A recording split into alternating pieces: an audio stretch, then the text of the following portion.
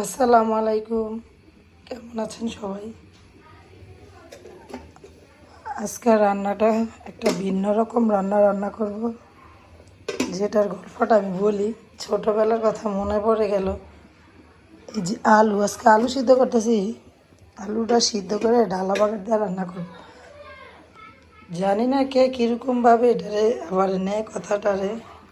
এই যে আমরা ছোটোবেলা যখন শীতকালে যে আলু রোপণ করে বিলের ভিতরে, কেউ পাত্রে বলে, জমি, তখন ওই যে ওই কাজের লোক যারা কাজ করে তাদের জন্য আলু ঢালা বাগার দিয়ে রান্না করে, এই শীতকালীন ধনিয়া পাতা দিয়ে মানে ওদের সাথে কাজের লোকদের সাথে বসে ভাত খাইছি। মনে আছে, এত ভালো লাগছে, ওই গ্রানটা মনে এখনও নাকে লাগে আছে। তো আমি আজকে ওই ধনিয়া পাতা দিয়ে শুধু ঢালা বাগার দিয়ে আলুটা রান্না করব ওইভাবে, যে ছোটোবেলা খাইছিলাম কাজের লোকেদের সাথে বসে। ছোটো ছিলাম তো আলু রোপণ করতো। এখানে দুপুরে রান্নার পরে আমার মেয়ে আমার কাছ থেকে মোবাইলটা নিয়ে দুপুরের দিকে এই ট্রেনটা যাচ্ছে 12টার দিকে। এই ট্রেনটার ফুটেজটা নিয়ে আসছে, আমি এখানে দিয়ে দিলাম। সুন্দর লাগতেছে, আমার বাড়ির পাশেই ট্রেনের রাস্তা, বেশি দূর না, আমাদের কাছাকাছি। আমার আলুগুলো কোটা হয়ে গেল। আলুর ভিতরে আমি হলুদ, মরিচ, লবণ, টমেটো, কাঁচামরিচ কাইটে দিয়ে দিলাম। এখন পানি দিব। আর এখানে ডাল। ওই আলুটা যে ছোটোবেলার খাবারের কথা বলছি, আলুটা এভাবে রান্না করছে না, এরা যে বীজ আলু বলে, যেটা জমির ভিতরে রোপণ করে, ওই আলুটা কাটার পরে মাঝখানে যে গোস্তের টুকরোটা থাকে ওইটা দিয়ে সিদ্ধ করে কাজের লোকদের জন্য রান্না করে তারা নেয়। ওই আলুটা তো আর কই পাবো, তা আমি আলুটা সিদ্ধ করে এভাবে রান্না করি। ওই আলু স্বাদ কি আর পাবো? পরিমাণ মতো পানি দিয়ে দিলাম, এখন বসাই দিব।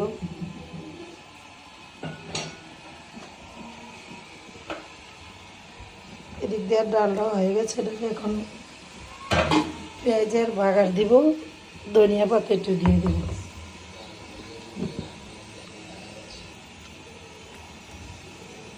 কেমন হয়েছে একটা লাইক দিয়ে দিবেন, কমেন্ট করবেন, আর আমার চ্যানেলটা সাবস্ক্রাইব করে রেখে দিবেন, যাতে করে নতুন কোনো ভিডিও দিলে আপনার মোবাইলে নোটিফিকেশন যারা আপনার সাথে সাথে সময় সুযোগ করে দেখতে পারেন। এই যে ধনিয়া পাতাগুলো বাইছা নিতেছি, রেডি করে রাখি। সকালবেলা যে আজকে গ্যাস কমে গেছে।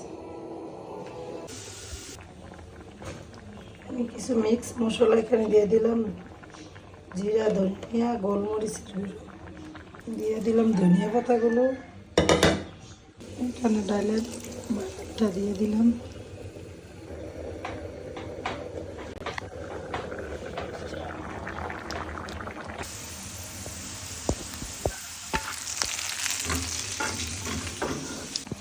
কিনতে হবে কোনো নেই।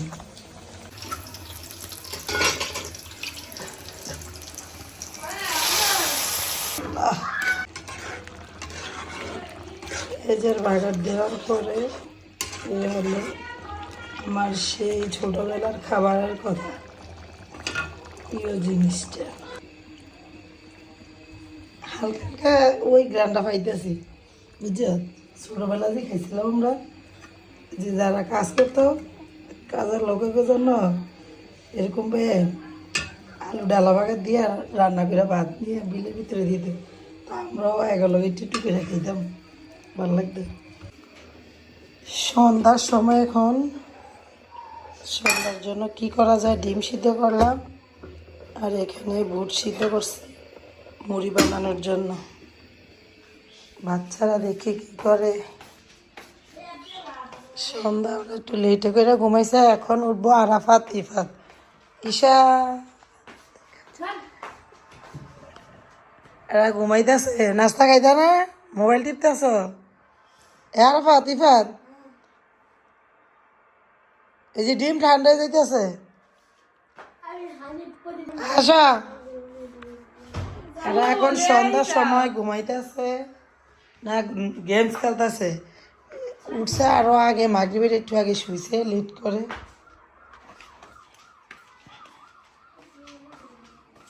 হ্যাঁ আরাফাত,